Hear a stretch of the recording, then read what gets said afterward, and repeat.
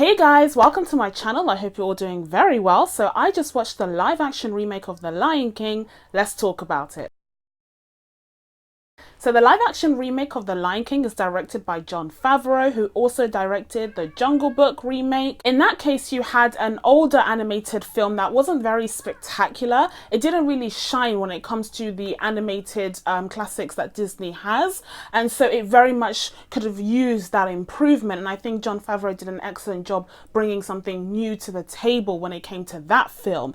But of course, everyone and their mother knows that The Lion King is one of the best animated films of all time, one of the best films of all time in my opinion. I think the film is just so airtight, it's so spectacular in so many different aspects that it was an uphill battle to remake this film, knowing that it had such a mass following and it's considered to be one of the best films already. What could you possibly improve upon it?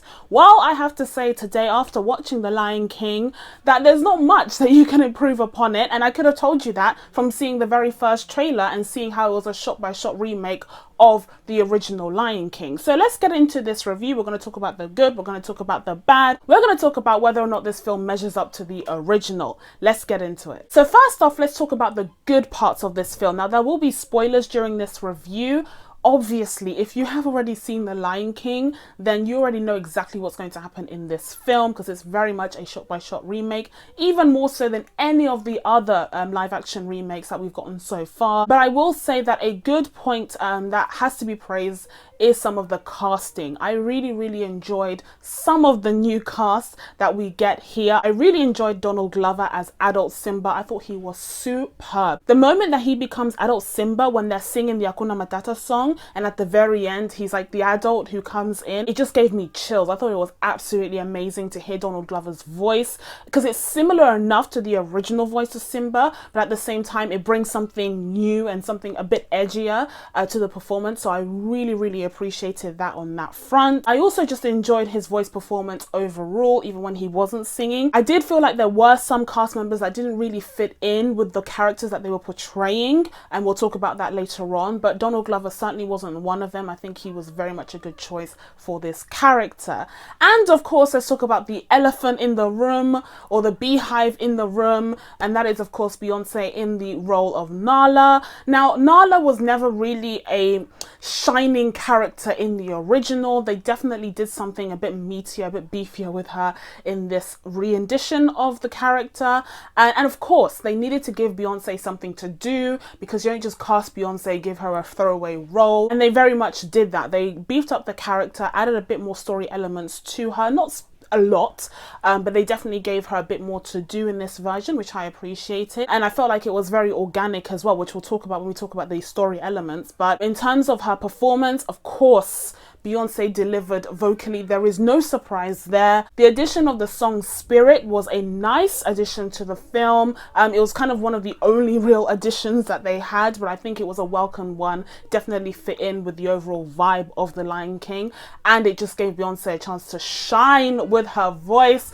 Absolutely spectacular, and I very much enjoyed her performance here. A few other vocal performances that I really had a good time with: Timon and Pumbaa, just absolutely phenomenal. Now, these characters have always been funny, again, because they were well written in the first version of this film, but they kind of spiced up the jokes a bit and made it a bit more modern. Nothing too dramatic, but you can definitely tell that that pairing is just, they're so great. I feel like, for me personally, I forgot how funny they were, and they're really great here. Seth Rogen as Pumbaa is faultless. Absolutely phenomenal, and I really enjoyed their performances.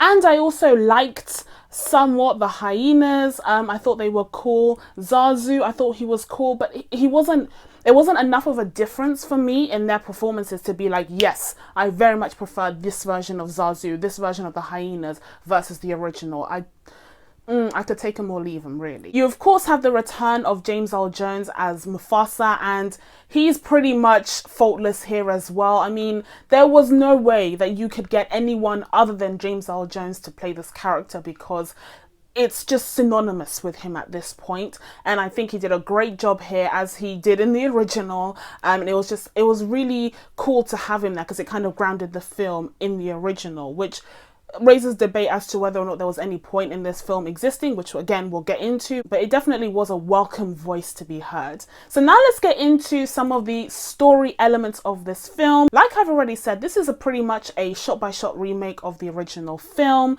but there are some story elements that they add in there. Like I said, they kind of added a bit more for Nala to do, and a bit more of her presence is felt in this version. And recently, going into the Lion King premiere, there was a few more kind of YouTube videos talking about the original Lion King, because obviously interest has grown on this film. And I have seen a few deleted scenes with Scar, and apparently in some of the original versions of the animation, Scar was a bit more obsessed with Nala and obsessed with her becoming his queen. And that's something that they kind of dropped because it was a bit weird.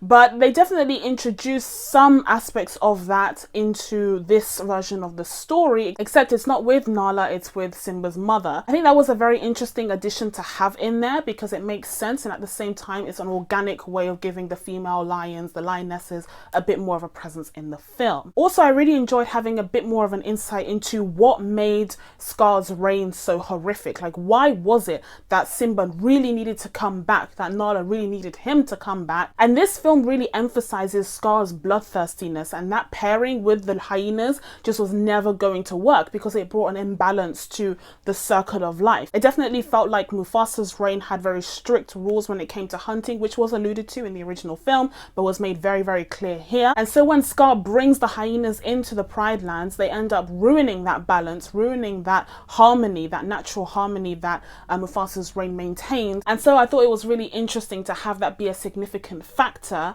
in this film. Another positive that I really wanted to highlight in my review is just how spectacular the technology displayed in this film is. Now, this comes as no real surprise for us Disney fans, because in the live action remake of The Jungle Book, we kind of got a tester of how this technology could be used, and it was phenomenally used in that film. It was definitely one of the selling points of it. Just seeing it on the big screen, I think it was incomparable in comparison to the original film, in my opinion. But that technology was just taken onto The Lion King and improved even further. Of course, because it's a more beloved property, but also because technology is always improving, and you can definitely see how this film reaps the benefits of that, because it looks phenomenal. They really use that to their benefit in the sense of really delving into the intricate parts of the Pride Lands, of the environment. We definitely got more insects being highlighted here, more small details being highlighted. There's that scene where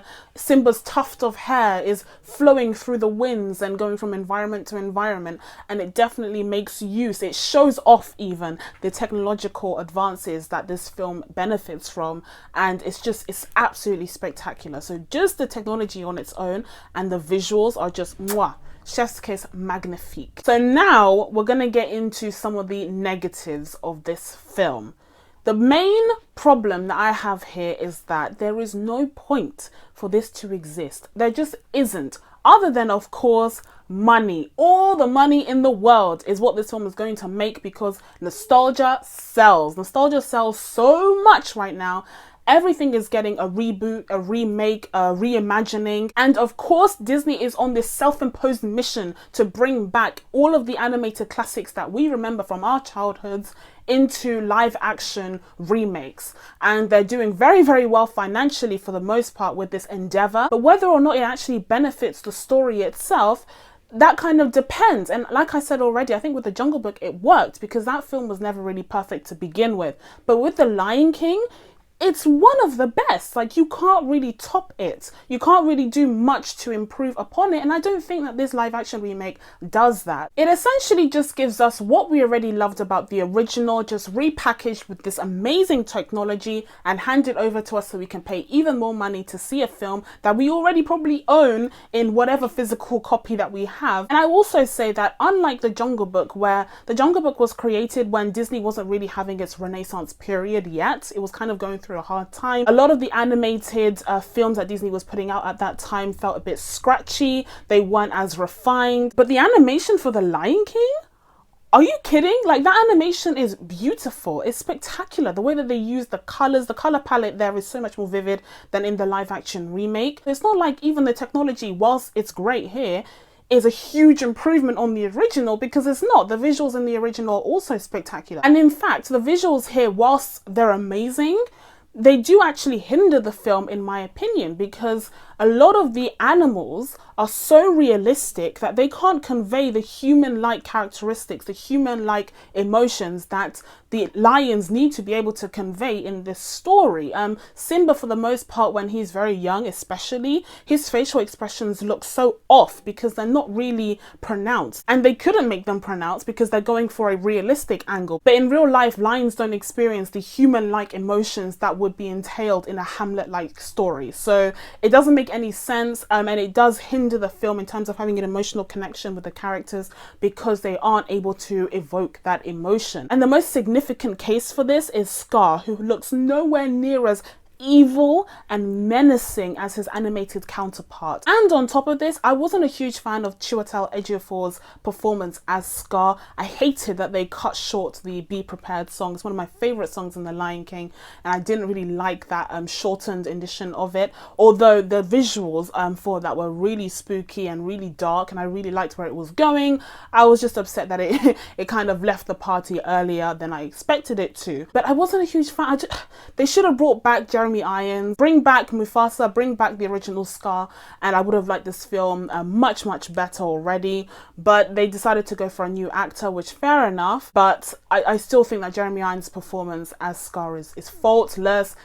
This doesn't even come close, in my opinion. I'm sorry. And speaking of overly realistic characters, I do think that the song performances as a result are kind of hindered by how realistic the lions look. You never really buy that the songs, the music, the voices are coming out of the lions' mouths because they just look so real.